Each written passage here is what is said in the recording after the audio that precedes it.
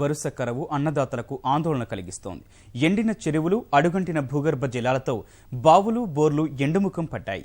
ఎకరాల కొద్దీ విస్తీర్ణంలో పంటలను సాగు చేసే రైతన్నలు కనీసం గుంట భూమిలో సైతం పంటల సాగు చేయలేక చేతులెత్తేస్తున్నారు. కానీ కొందరు అభ్యుదయ రైతులు ఉన్న కొద్దిపాటి నీటిని ఒడిసిపట్టి ఉద్యాన పంటల సాగుతో ఆశించిన ఫలితాలను సాధిస్తున్నారు.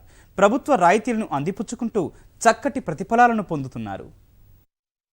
2 ఏళ్ల కరువు పుడమిపుత్రులకు బతుకు పోరాటాన్ని నేర్పింది. ఏటా 2 పంటలు సాగు చేసే రైతులు వరుస వైపరీత్యాలతో పంటల సరళినే మార్చుకుంటున్నారు. తక్కువ నీటితో సాగయ్యే పంటలను ఎంపిక చేసుకుని లాభాలు వచ్చేలా ప్రయత్నాలు కొనసాగిస్తున్నారు. తీవ్ర దుర్భిక్షం ఉన్న ప్రాంతాల్లో తీగజాతి కూరగాయల సాగుతో నష్టాలను పూడ్చుకుంటున్నారు. కరువుకు ప్రాధాన్య కేంద్రమైన పాలమూరు జిల్లాలో రైతులు ఉద్యాన పంటలతో ఆశించిన ఫలితాలను పొందుతున్నారు. కేవలం పత్తి, మొక్కజొన్న, ఆముదం పంటలను సాగు చేసే తెల్కపల్లి మండలం రైతులు ప్రస్తుత నీటి ఎద్దడి దృష్ట్యా బీర సాగుతో మంచి దిగుబడులను పొందుతున్నారు. ప్రభుత్వం ఎకరా పందిరి సాగుకు ₹1,00,000 సబ్సిడీని అందించడంతో రైతులు తీగజాతులను సాగు చేస్తున్నారు. తక్కువ నీటితో స్వల్పకాలంలోనే బీర దిగుబడులు చేతికందుతున్నాయని రైతులు సంతోషం వ్యక్తం చేస్తున్నారు. మార్కెట్లో మంచి ధరలు పలుకుతుండటంతో లాభాలు వస్తున్నట్లు రైతులు చెబుతున్నారు. బిందు సేద్యం వల్లే బీర పంటల్లో మంచి దిగుబడులను సాధిస్తున్నట్లుగా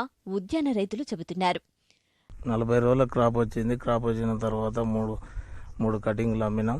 రేటు మార్కెట్లో రేటు బాగుండడం వల్ల ₹50 ఉంది. ఇప్పుడు రోజు కింటల్నర వెళ్తున్నాయి. గతంలో పత్తి, మొక్కజొన్న వేసి నష్టాల్లో ఉన్నాం. పోయినసారి కీరదోస పెడితే బాగా వచ్చింది. తీగ జాతికి ప్రిపేర్ అయ్యి ఇందులోకి రావడం జరిగింది. 13,000 ఖర్చు అయింది మొత్తం. ఇప్పటికి 20,000 అమ్మినాం. ఇంకో 30,000 అమ్మొచ్చు అని ఆశిస్తున్నాం. పరిస్థితులను బట్టి రైతులు సైతం పద్ధతులను మార్చుకుంటున్నారు. ఉద్యాన శాఖ సలహాలు, సూచనలను తూచా తప్పకుండా పాటించిన రైతులు తీగజాతి కూరగాయ సాగులో అద్భుత ఫలితాలను సాధిస్తున్నారు. పందిరి సాగులో నాణ్యమైన దిగుబడులు రావటం, విపణి వీధిలో మంచి ధరలు దక్కుతుండటంతో రైతులు ఈ సాగువైపు మొగ్గు చూపుతున్నారు. తదననుగుణంగా ఉద్యాన శాఖ సైతం తగినంత సబ్సిడీని అందించి కర్షకులను ప్రోత్సహిస్తోంది. క్షేత్రస్థాయిలో ఆదర్శ సాగును పరిశీలించిన రైతులు ఉద్యాన పంటల సాగువైపు వస్తామని అంటున్నారు.